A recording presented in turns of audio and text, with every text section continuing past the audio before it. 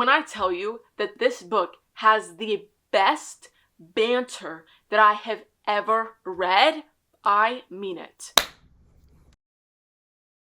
Hey guys, welcome back to my channel. For those of you who don't know, my name is Faith and thank you so much for watching. It's officially February, so it is time for my January reading wrap up. I read 8 books this month and you know what? I'm gonna say that's really good considering for half the month I was in a reading slump. And we will touch more on that later. As always, this video will contain spoilers and I'll put timestamps of when I talk about each book in the description below. And you know what? We're just gonna get right into it today. The first book that I read this year was Play Along by Liz Tomforde. I loved this book so much. It was an easy 5-star read, and honestly guys, don't be surprised when I come back at the end of the year and tell you that this was one of my favorite books of the entire year. Honestly, I don't even think that I have a type, but if I did, it would be Isaiah Rhodes. I love this man so much, and guys, he is officially a top 3 book boyfriend. Honestly, he is second place, but first place is tied, so he's like technically third because there's 2 people ahead of him, but yeah.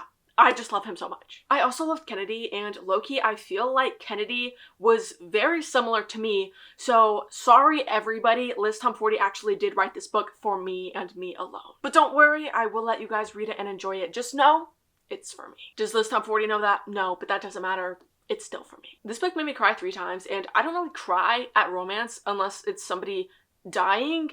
So Liz Tomforde, girl, I don't know what you put in this book, but it had my tears going. I just love this book so much, and seriously, Isaiah Rhodes, the man you are. Ladies, do not lower your standards. I recommend this book very highly, and honestly, I recommend the entire Windy City series. And of course, I had to follow that up with Rewind It Back by Liz Tomforde. This was the last book in the Windy City series, and honestly, yeah, I'm really bummed that it's over because it was really good, and I cannot believe how long it took me to actually read the series. I think it goes without saying that this was another 5-star read for me. I loved Rio so much, guys. Rio, honestly, is a top 10 book boyfriend, if not top 5. He might be top 5, guys. I don't know. I'll have to think about it, but he's definitely up there. I am not the biggest fan of flashbacks, and honestly, without the flashbacks, this one had potential to actually beat out Play Along as my favorite book in the series. Not that I dislike the flashbacks, there weren't that many, and they weren't that long, but again, I'm just not really a fan of them. I also really liked Hallie, and guys, the childhood friends to lovers trope just does not get enough love. It is so cute, and I loved it in this book, and I think it fit them perfectly. I do have to admit, there was one teeny tiny thing that I didn't really like about this book. Hallie's mom cheated on Hallie's dad, and Rio's dad cheated on Hallie's mom with each other. So Hallie's mom and Rio's dad had an affair. Mind you, they were all best friends, so that was also a betrayal of friendship, you know? Now my issue with that is that they placed like 90% of the blame on Hallie's mom and only like 10% of the blame on Hallie's dad, when in reality, it was 50-50 and they both should have been villainized, but it really felt like Hallie's mom was the only one villainized. While the fault of the cheating was 50-50, I do think that Hallie's mom deserved a bit more hate just because how she made Hallie like hide it from everybody. So for that and the comment that she made about Hallie's dad, I do get why she got some extra hate towards her, but it was just too much. Like, it seemed like they didn't blame Rio's dad at all, and that is where my problem with that lies, because again, he played equal parts in the cheating. But other than that, I thought that it was really good, and I think that this one was the perfect ending to the series. In case it's not clear, I 100% recommend this book. And then just in time for the movie, I did a reread of People We Meet on Vacation by Emily Henry. And I did add an episode to my series where I compare books to their film or TV show adaptation, and I did do People We Meet on Vacation, so you should check that out. I gave this book 4.5 stars, and I actually liked it more on my reread than I did the first time that I read the book. This book was one of the first romance books that I read, and it's definitely one that made me want to stick with the genre. Like I said with Rewind It Back, I'm just not the biggest fan of flashbacks, and there's a lot in this book, and some of them at times definitely did drag to me. So this story is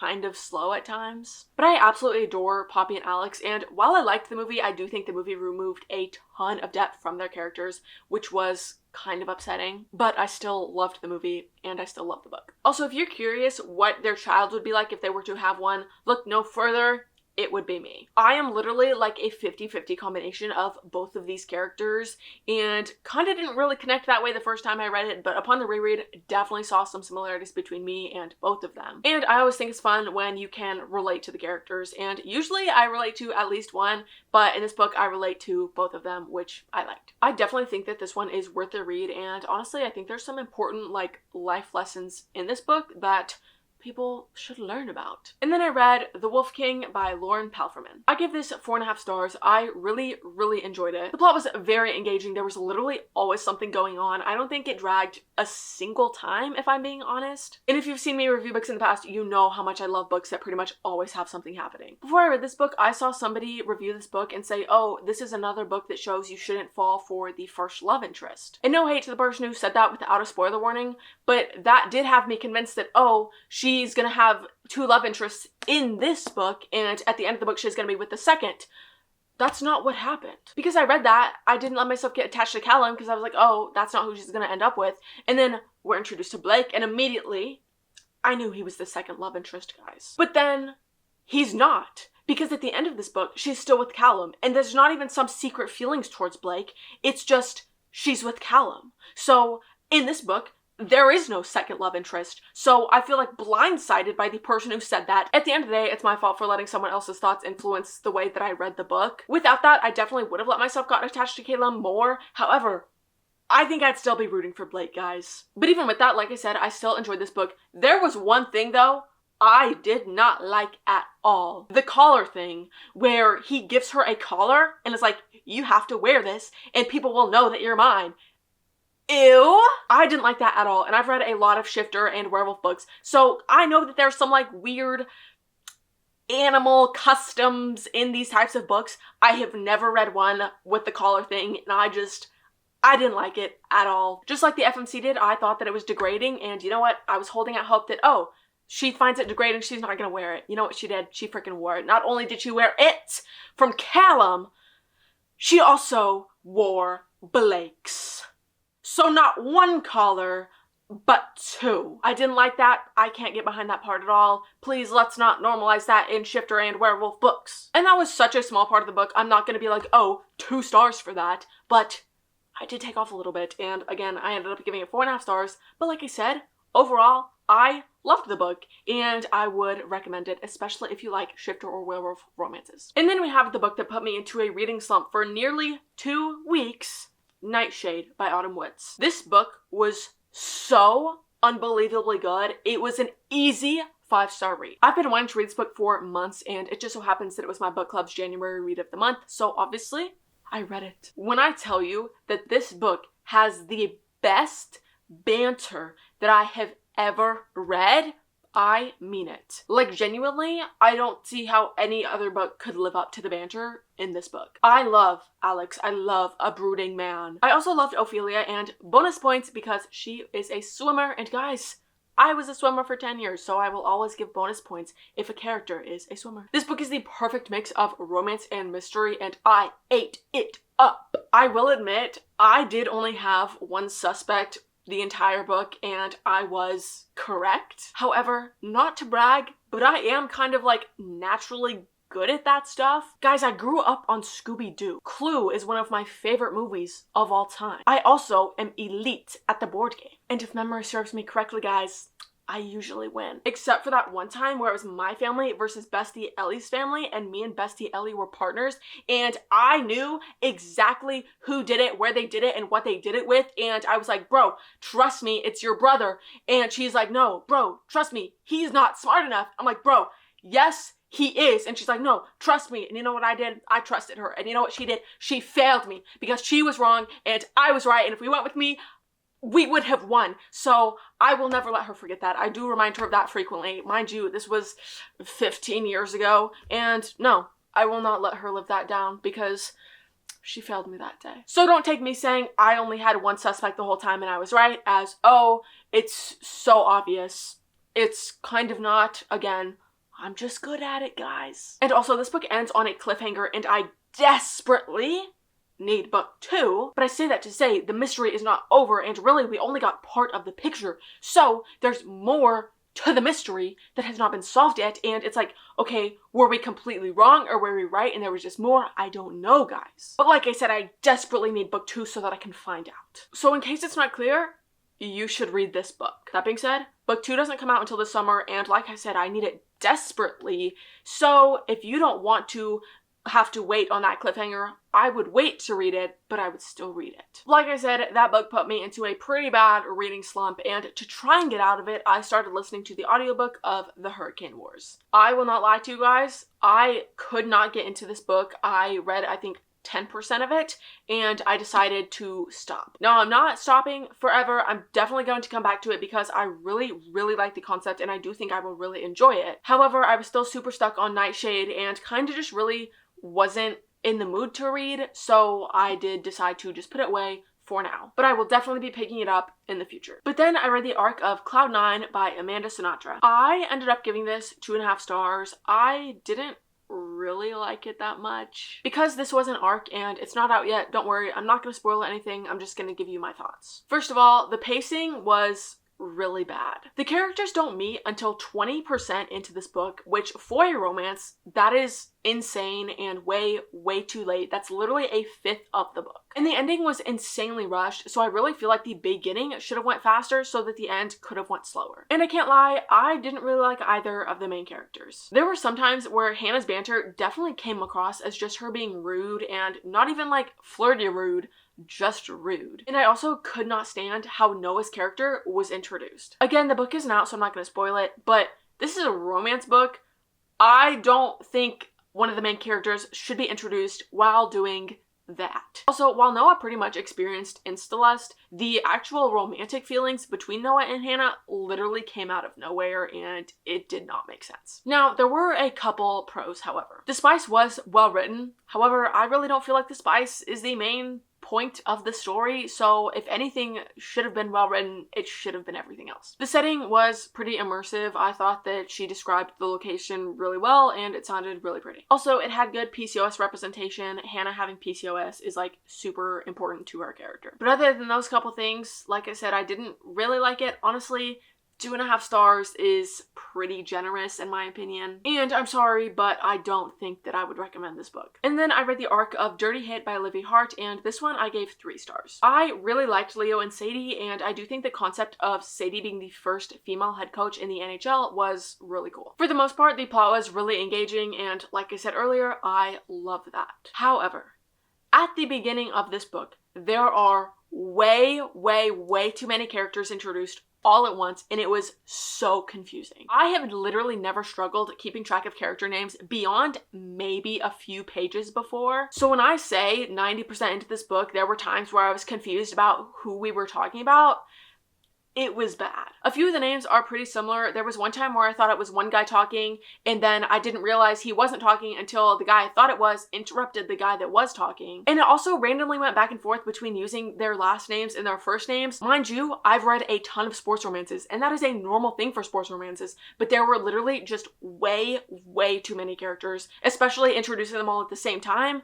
It was so confusing. My other issue with this book is the misogyny. There is a disgusting amount of misogyny at the beginning of this book. Unfortunately, I do think it was very realistic, as in if this were to happen in real life, I think that it would be the same amount, if not worse. So that's not really my issue with it. My issue is that randomly, about 40% in, the misogyny just pretty much completely stops. Like it literally goes from 100 to 0 in the turn of a page. And it does so without a heart-to-heart, without her laying down the law being like, guys, I don't care that I'm not a man, you have to respect me as your coach. Literally nothing. It just completely changed, and it was so unrealistic. And that is kind of where my issue lies, because don't get me wrong, I hated reading about the disgusting misogyny at the beginning. However, it made literally no sense that it just randomly switched. And also, the fact that these players made all these absolutely vile comments about the head coach and faced literally 0 consequences. Sorry, there is one character that did face a consequence. However, that consequence is later redacted. So yeah, there was 0 consequence. Sadie pretty much just let them walk all over her, and sadly, it does kind of make sense with her character because she's definitely a people pleaser. However, I hate seeing misogynistic people be mean to women and then the woman literally just letting it go. So even though, like I said, it kind of made sense for her character to brush it aside, I could not stand that. So my biggest issue with that pretty much is that pacing wise, it made sense because again, 100 to 0, just like that. If you like to read romances that are all like sunshine daisies, I would not read this book. But on the flip side, if you like to read more realistic romances where, you know, real world issues exist, then this book might be for you. And now we have arrived to my last read of the month, which was Wings of Starlight by Allison Saft. I went into this book knowing it would be a 5-star read, and to no surprise, it was a 5-star read. I loved Tinkerbell as a child, and I still enjoy the movies as an adult. Legit watched Tinkerbell last night. I seriously just love this book so much, guys. Obviously, I've seen Secret of the Wings, so in a way, I knew how this book would end, and I guess I thought I was prepared. I was not. What the bro? So, I thought Disney was supposed to be about happy endings. That is not what happens in this book, guys. I just finished this a couple hours before I'm filming this video. Oh my gosh, I was sobbing. Like, what do you mean? What do you mean they, like, will never be together? I'm literally gonna cry just thinking about it. Oh my god. Like, what? What? Like, we knew, right? Because his wing was broken in Secret of the Wings, and that's why they're like, oh, that's why we can't cross the border, you know? I, for some reason, like, convinced myself, oh, they're gonna get together. It's safe to say the book ends and they're not together. I am, like, actually devastated, guys. I, like, strictly read books with a happy ending. So what was this? I am actually gonna email Disney and be like, you have to write a second book of, like, after Secret of Things where they get together, because I cannot handle them not being together. And like I said, I knew going in this book would be a 5 stars and I would love it, but like, I didn't think I would love it this much. Like, Mallory is like the dream man. Mind you, he's like this tall. He's like perfect. I am just like genuinely devastated over this book. We gotta get book 2 going. Allison Saft, I need you to get on it. Stat. I don't think y'all understand just how devastated I was. I had snot dripping out of my nose, guys. It was disgusting, but I was so sad. I am politely requesting a book 2 where they end up happily ever after, because I thought this was Disney where they always have a happily ever after. The next book I read better have a happily ever after. In case it's not obvious, yes, you should read this book. I don't care. Oh my gosh, Tinkerbell's for kids. I don't care. I don't care. Read this book. Those are the 8 books that I read in January. And I started the month with 48 books on my TBR, and I ended it with 47 because, guys, I got some books this month. But I'm not gonna apologize for that. This is your sign to break the book buying ban and go get yourself a book. But anyways, I'm probably gonna go cry some more over Clarion and Mallory. So that is all that I have for you guys today. Be sure to like and subscribe and follow my Instagram and my TikTok, which are in the description below for more bookish content. I hope you all had a fantastic reading month and have a better one in February. Love you guys. Bye!